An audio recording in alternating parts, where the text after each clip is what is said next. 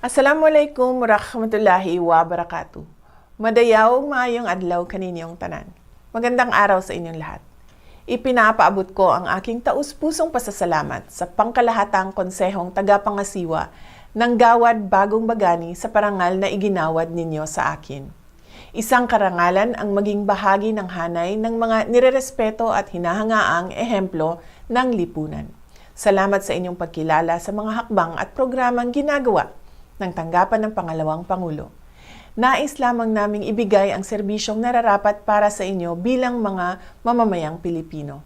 Bahagi ng aming pangako ang tumugon sa inyo sa panahon ng pangangailangan at hindi ito magbabago sa kabila ng mga pagsubok. Maraming salamat sa inyong tiwala at patuloy na pakikipagtulungan upang mas mapaigting pa natin ang ating mga programa at makatulong sa mas maraming Pilipino. Congratulations sa lahat ng mga awardees ng Gawad Bagong Bagani. Maraming salamat sa pagpapamalas ninyo ng inyong katatagan. Patunay ito sa galing at kakayahan ng Pilipino na maglingkod sa bayan. Naway magkaisa tayo at magtulungan upang itaguyod ang kaunlaran ng ating bansa.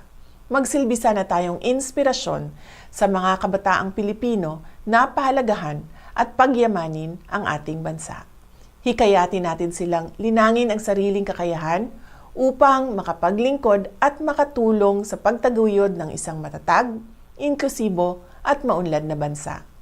Ang lahat ng ating ginagawa ay para sa Diyos, sa bayan at sa bawat pamilyang Pilipino. Syukran.